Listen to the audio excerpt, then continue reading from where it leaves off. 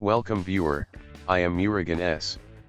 This video tutorial describes how to make Acrobat Reader your default PDF program. Click Start, Settings. Click Apps. Click Default Apps. Click Choose Default Apps by File Type.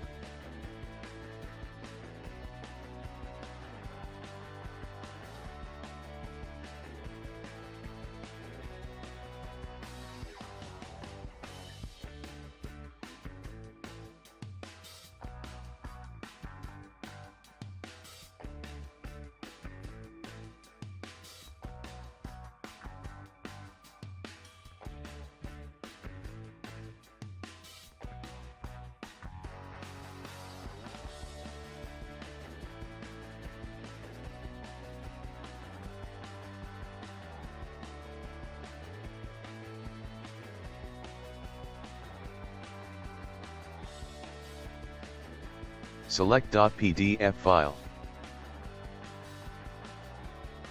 Select Acrobat Reader under Choose an app.